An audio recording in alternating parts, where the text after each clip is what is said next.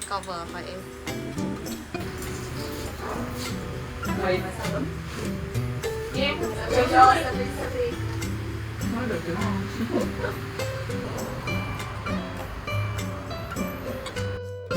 Hi, xin chào mọi người, mình là Kaylee đây. I'm come back. Đã 3 tháng mình không ra video mới. Không biết mọi người khi xem video này còn nhớ mình là ai không nhỉ? Từ lúc mình trở về sau chuyến đi du lịch bụi ở Lào, mình lao vào công việc ở quán và quay cuồng với nhịp sống bận rộn ở Mũi Né. Số lượng khách đến Monstera nói riêng và ở Mũi Né nói chung bỗng nhiên tăng đột biến so với năm ngoái. Mặc dù đã chuẩn bị tinh thần cho mùa cao điểm, nhưng mà mình vẫn cảm thấy choáng ngợp với số lượng khách hàng đến quán mỗi ngày. Mình vẫn còn một vlog cuối cùng ở Viêng Chăn mà mình vẫn chưa hoàn thành, bởi vì mình cảm thấy không còn năng lượng để mà ngồi xuống và chỉnh sửa video và chỉ muốn nghỉ ngơi sau một ngày làm việc ở quán.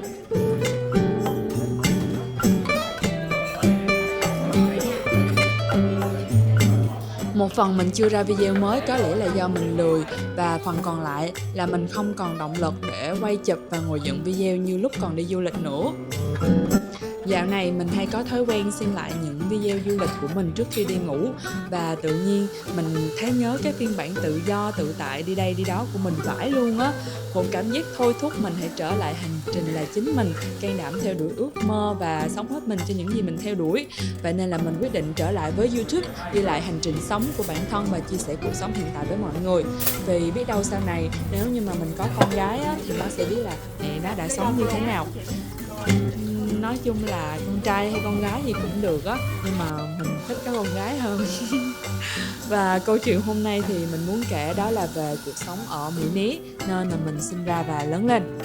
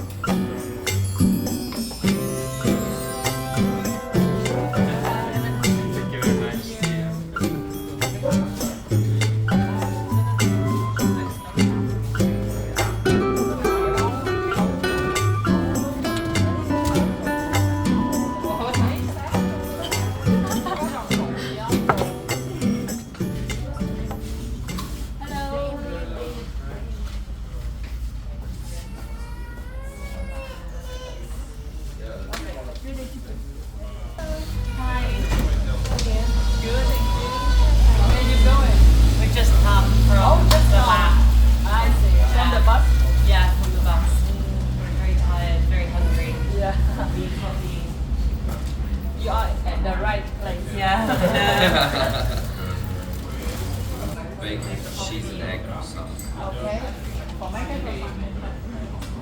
Yeah. Perfect. And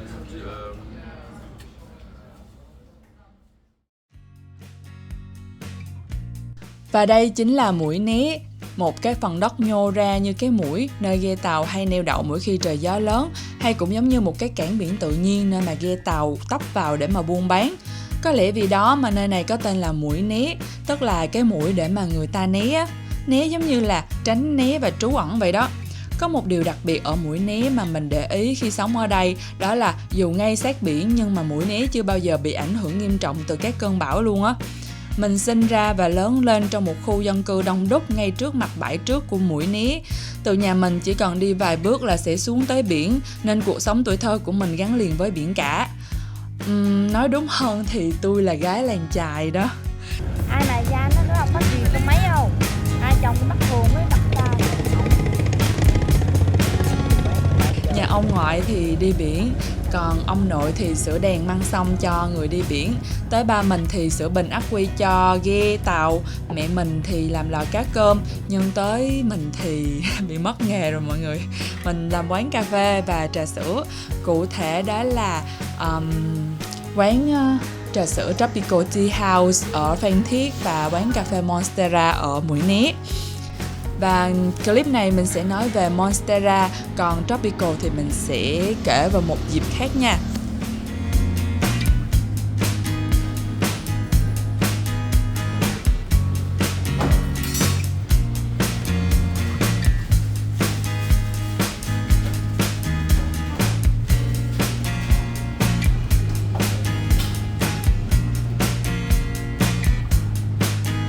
Mình mở Monstera vào ngày 29 tháng 3 năm 2024. Trước khi về Mũi Né để mở Monstera thì mình sống ở Phan Thiết và kinh doanh tiệm trà sữa Tropical được 7 năm. Lúc đó mình ở trong một căn phòng nhỏ ở trên tầng 3 của quán. Vì muốn nuôi chó cũng như là khá là chán với cuộc sống ở thành phố nên là mình quyết định về Mũi Né thuê nhà để có chỗ nuôi Kim. Kim là bé Golden Retriever mình nuôi từ thời Covid. Kim cũng là gương mặt đại diện cho Top đó nha. Sau một thời gian về Mũi Né sống thì mình không tìm được tiệm cà phê nào thích hợp để mà mình ngồi làm việc. Mình là một đứa rất là thích đi cà phê để mà ngồi làm việc hoặc đọc sách, nên là mình nung nấu ý định là sẽ mở một tiệm cà phê ở đây. Mình bắt đầu đi tìm mặt bằng quanh khu vực và tìm được một căn nhà nhỏ có một cái con hẻm bên hông dẫn ra đường xuống biển của dân địa phương, mà còn lại gần ngay chỗ mình ở lúc đó nữa. Sau khi xem mặt bằng vào cuối tháng 5 năm 2023 thì mình thỏa thuận giá và đặt cọc luôn vào ngày hôm sau vì khá là thích vị trí ở đây. Nhưng sau khi suy đi nghĩ lại thì mình cảm thấy đây không phải là cái thời điểm thích hợp để mà mở quán. Vì lúc này ba mình còn đang điều trị ung thư ở thành phố Hồ Chí Minh và mình là người sẽ theo ba vào bệnh viện hàng tuần để đưa ba đi điều trị.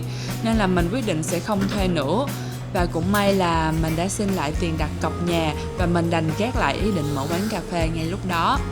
Sau đó thì có người thuê lại mặt bằng này và kinh doanh quán ăn, còn mình thì dành thời gian để sửa sang lại chi nhánh 1 của Tropical và dành thời gian để đưa ba đi viện hàng tuần. Lúc này thì Tropical có 2 chi nhánh 1 ở 162 Trương Hán Siêu đã hoạt động được 7 năm nên là mình quyết định sửa chữa nâng cấp lại cho mới.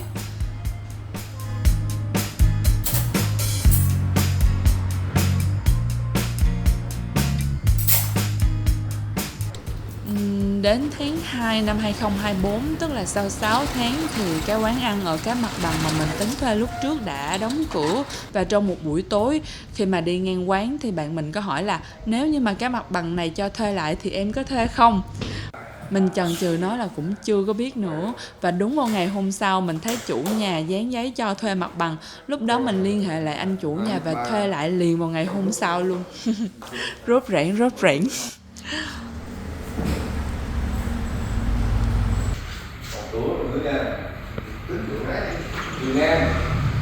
Không có thì mình làm trước sau mình cũng không có mình làm đúng không? Ở ngoài đây cái mặt ngoài này, cái mặt ngoài.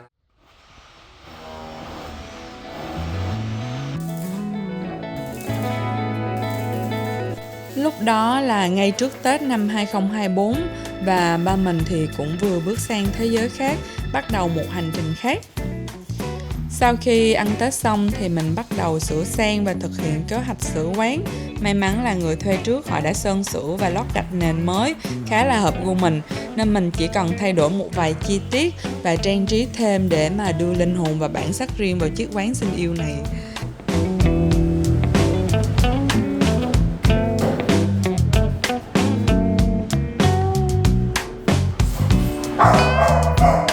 Để hiểu rõ hơn về cà phê thì mình chủ động tìm lớp học về espresso ở tiệm cà phê Lạc ở Phan Thiết. Cũng trong khoảng thời gian đó thì mình cũng vừa ký hợp đồng xây nhà mới ở số 29 Võ Hữu để mà di dời chi nhánh 2 của Tropical qua. Lúc đó thì chi nhánh 2 của Tropical đang hoạt động ở số 116 Trần Hưng Đạo, cũng được hơn 6 năm. Không gian đã có phần xuống cấp và cũ kỹ nên là mình quyết định sẽ trả mặt bằng và dời sang địa điểm mới gần đó. Có thể nói đó là khoảng thời gian mà khá là stress với khối lượng công việc khá là lớn đối với mình. Buổi sáng thì mình dành thời gian tham gia khóa học espresso ở Phan Thiết. Sau đó thì về Mũi Né để sửa sang và set up Monstera.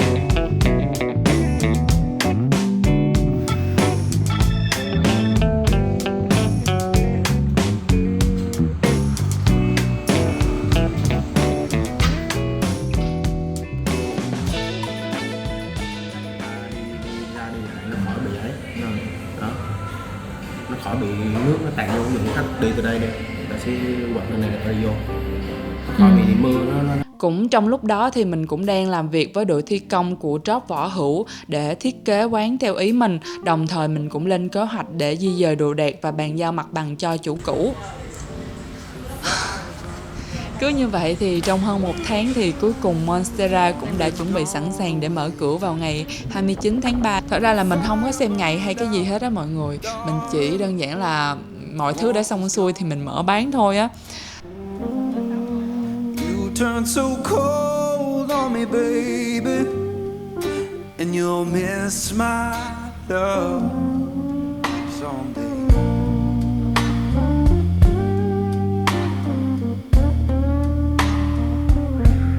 The fire burned out, it's fading slow and deep. The fire burned out, darling, it's fading slow and deep. I'll keep on moving forward, but I'll cry myself to sleep.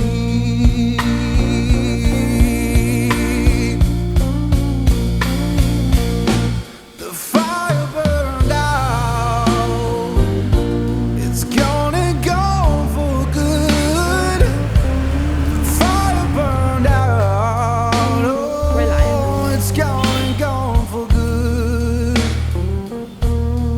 One day I'll open my heart again, just like I always knew I should.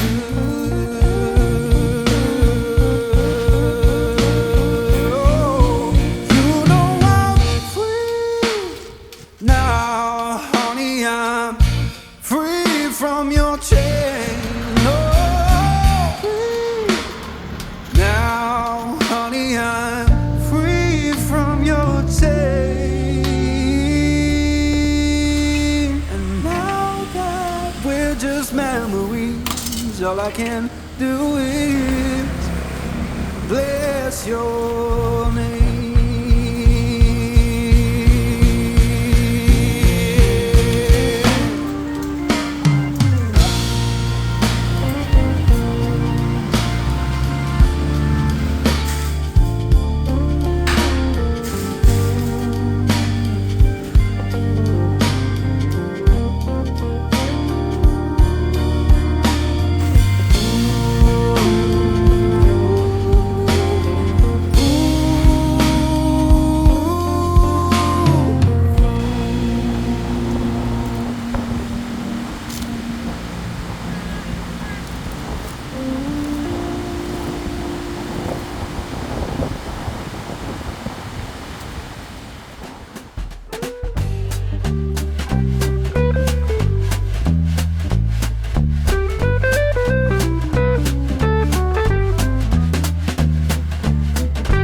Thật ra một phần mình muốn mở Monstera là vì mình muốn bản thân được tự do làm cái công việc yêu thích mà không bị áp lực về việc quản lý nhân sự, hàng hóa và khách hàng này kia nọ. Mình muốn tự tay làm mọi thứ thật chỉnh chu để mà tiếp đón mọi người thật niềm nở. Nên lúc đó là quán chỉ có mỗi một mình thôi. Ngày mở bán cũng chỉ là ngày mở cửa bình thường với một bài post đơn giản thông báo quán mở cửa trên fanpage. Nói chung là cứ tùy duyên mà tới á. Trước hôm khai trương thì dì Út có mua tặng mình bó hoa khai trương siêu xinh luôn. Em trai thì từ Sài Gòn về ghé thăm quán. Anh Huy cũng vừa chở cây từ Job 2 về. Dù đã khai trương rất là nhiều lần nhưng mà mình vẫn nhớ cái cảm giác hồi hộp và háo hức khó tả khi tiếp đón những vị khách đầu tiên tới quán. Và được chào hỏi, được nói chuyện, được hỏi thăm và làm ra những cái sản phẩm thật ngon để đem đến cho mọi người thưởng thức. Và hài lòng đối với mình cũng là một loại hạnh phúc. Có một cuộc gặp gỡ vô cùng dễ thương và đặc biệt, đó là Georgie, chị bạn người Anh đang làm tình nguyện viên cho một chỗ lướt sóng ở Mũi Né. Chị kể là chị đã để ý quán của mình trong cái lúc mà mình đang sửa quán, mỗi lúc mà chị đạp xe ngang qua và tò mò không biết là quán sẽ bán cái gì. Và vào ngày đầu tiên, chị chính là vị khách đầu tiên chính thức bước vào quán khi mà mình đang set up điện thoại tự quay phim tại quán. Và từ ngày đầu tiên đó thì hầu như ngày nào Georgie cũng đến. Sau đó thì Georgie có giới thiệu thêm Jean tới và hai người trở thành hai vị khách hàng thân thiết của quán.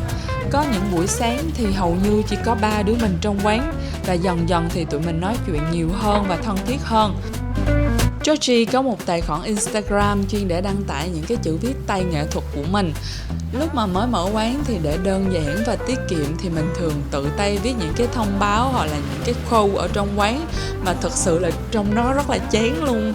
Thế là một hôm thì Georgie đề nghị là sẽ viết lại những cái bản viết tay đó giúp mình. Rồi lúc đó là mình đã rất là vui vì quán không những trông sẽ xinh hơn, nghệ thuật hơn mà mình còn lưu giữ lại được kỷ niệm với Georgie nữa.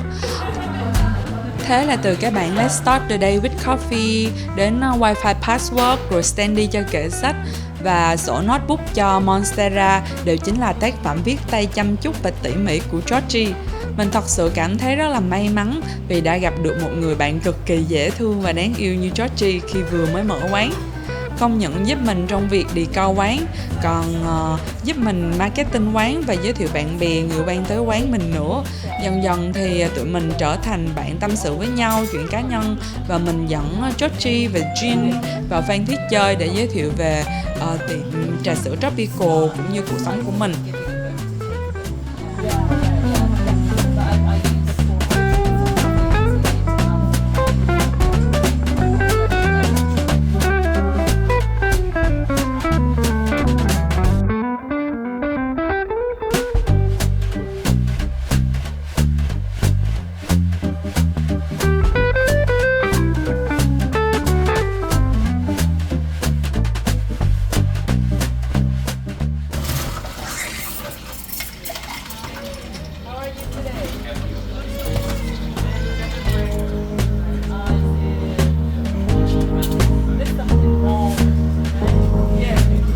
Mình có thói quen ghi lại nhật ký để ghi lại cái cảm xúc mỗi khi mà mình ngồi tại quán. Mình xin chia sẻ một cái đoạn nhật ký vào ngày 19 tháng 3 năm 2026. Mình đã viết như thế này. Mình yêu tiệm cà phê này, mọi thứ thật là hoàn hảo. Ánh nắng lấp ló qua tán cây, phản chiếu xuống nền nhà, lên trần nhà, xuyên qua ô cửa sổ, phản chiếu lên từng chi tiết nhỏ mà mình tâm huyết đặt vào các ngóc ngách. Diện tích vừa đủ để cảm thấy ấm cúng và dễ quan sát mọi thứ đang diễn ra. Tuy là khá nhỏ, nhưng đây lại là một không gian vận hành lý tưởng cho một tiệm cà phê trong mơ của mình.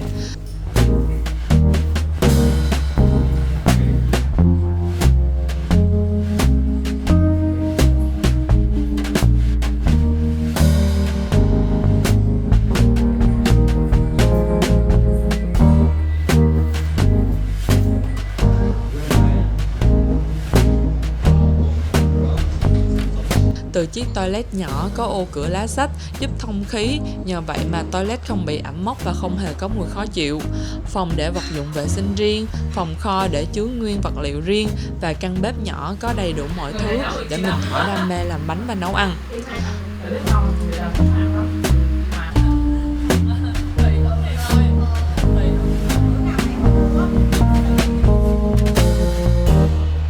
Con hẻm nhỏ bên hông dành cho người đi bộ với hàng cây chanh dây xanh mát che đầu luôn được đung đưa với gió biển. Chiếc view biển lấp ló khi nhìn ra con đường nhỏ đi ra biển của dân địa phương. Hàng cây chanh dây lớn nhanh một cách kinh ngạc, tỏa bóng râm xanh mát và còn cho trái xum xuê mà ai cũng phải trầm trồ khi ngước lên nhìn.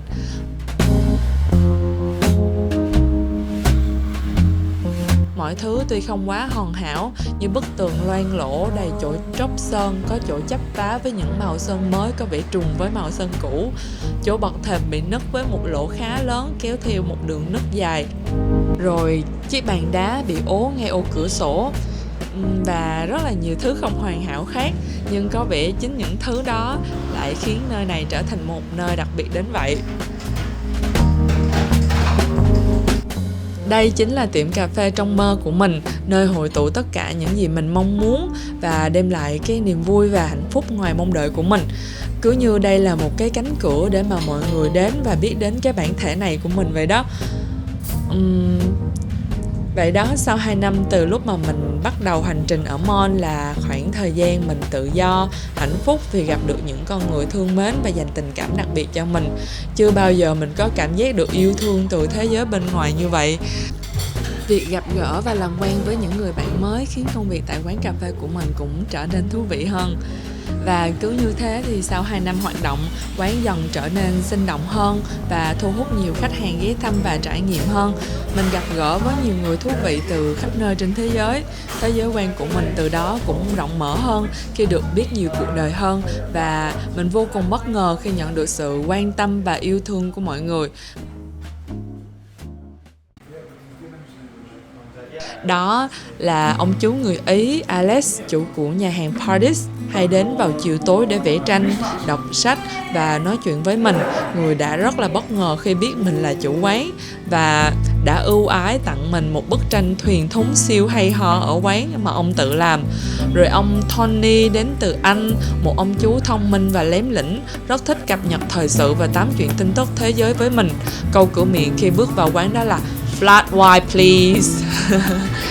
Cô người Nga Natalia hay tung tăng với chiếc xe đạp ngoài đường và một túi thức ăn cô mua hàng ngày để cho chó ngoài đường ăn. Tuy không nói được nhiều tiếng Anh nhưng cô rất là dễ thương và luôn vui vẻ với bữa sáng là một Americano nóng kèm nước cốt dừa và một lát bánh chuối vegan mà cô luôn khen khi mà gặp mình. Rồi đến Julia và em bé Maya đáng yêu, người bỗng dưng chia sẻ cuộc sống và câu chuyện của mình sau vài lần gặp mặt ở quán. Từ người lạ bỗng hóa thân quen như bạn bè thân thiết, người tìm đến mình để tâm sự những vấn đề và cập nhật cuộc sống với mình. Người mà có một tâm hồn sâu sắc và có sự kết nối với cuộc sống mà mình có thể xem là đồng điệu với mình. Ngoài ra còn có chị Vân Anh, người mà mình gặp ở bãi biển vào buổi shopping đầu tiên của mình ở bãi đá Ông Địa.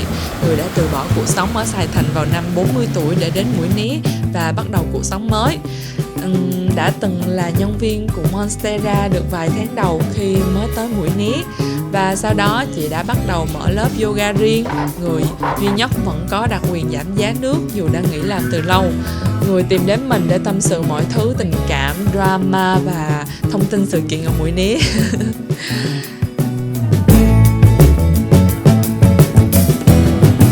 Rồi còn có chị Đào, người mà lúc đầu mình nhìn vào thông tin chuyển khoản mình cứ nghĩ là chị họ Nguyễn, tên là Đào. Nhưng không, chị tên là Nguyện, chính xác là Đào Như Nguyện.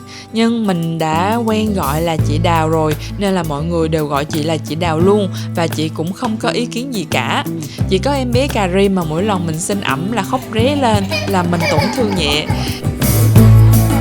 Chị là khách hàng siêu thân thiết, mỗi ngày chị có thể ghé 2 lần, nhưng đa phần chị sẽ đến vào buổi sáng. Sáng nào mà không có chị Đào và chị Vân Anh là sẽ cảm giác thiếu cái gì đó trong quán á. Rồi có mẹ con Tina và Sasha. Năm ngoái vẫn chưa nói chuyện nhiều với mình, nhưng năm nay từ lúc mà quay lại Mũi Né thì bắt đầu nói chuyện nhiều hơn và hầu như ngày nào hai mẹ con cùng ghé. Em bé Sasha là một hình tượng cho tính nữ hoàn hảo luôn. Em rất là dịu dàng và đáng yêu như một công chúa nhỏ, mái tóc bồng bềnh nè, đôi giày búp bê nè, đầm váy phụ kiện nhìn rất là đáng yêu. Em hay có thói quen là chỉnh sửa lại cái chiếc thảm trước cửa quán mỗi khi ra vào, đã dễ thương mà lại còn tử tế nữa.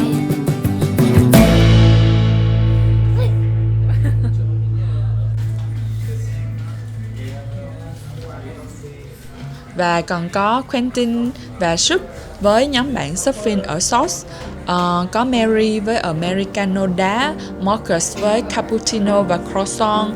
Ngoài ra còn có Andreas từ Áo, Sam từ Slovakia, chị Danka từ Serbia mà mình đã nhắc ở vlog ở Đà Nẵng. Có anh Long Curran và bé Mỹ luôn viết note cho quán mỗi khi đặt món trên Grab. Chị Natalie đến từ Nga hay viết thư và mua hoa tặng mình. Vâng, và mỗi người là một cái bản thể riêng, mang một cái câu chuyện riêng tới quán. Thế nên là mỗi ngày đi làm của mình khá là thú vị và nó làm cho mình không có bị chán, và càng ngày mình càng yêu thích cái quán Xin Yêu của mình.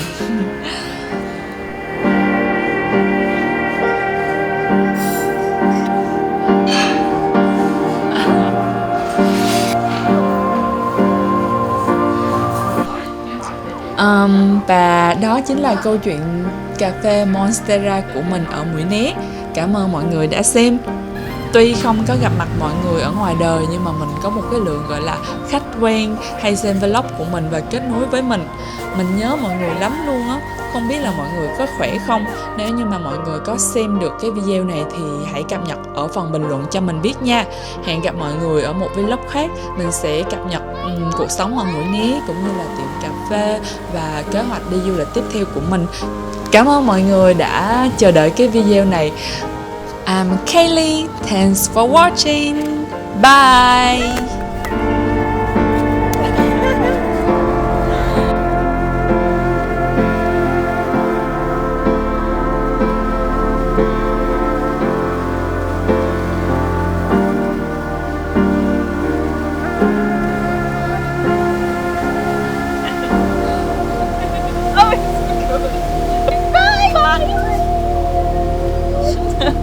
See you not too long. See you. Oh, I don't know when.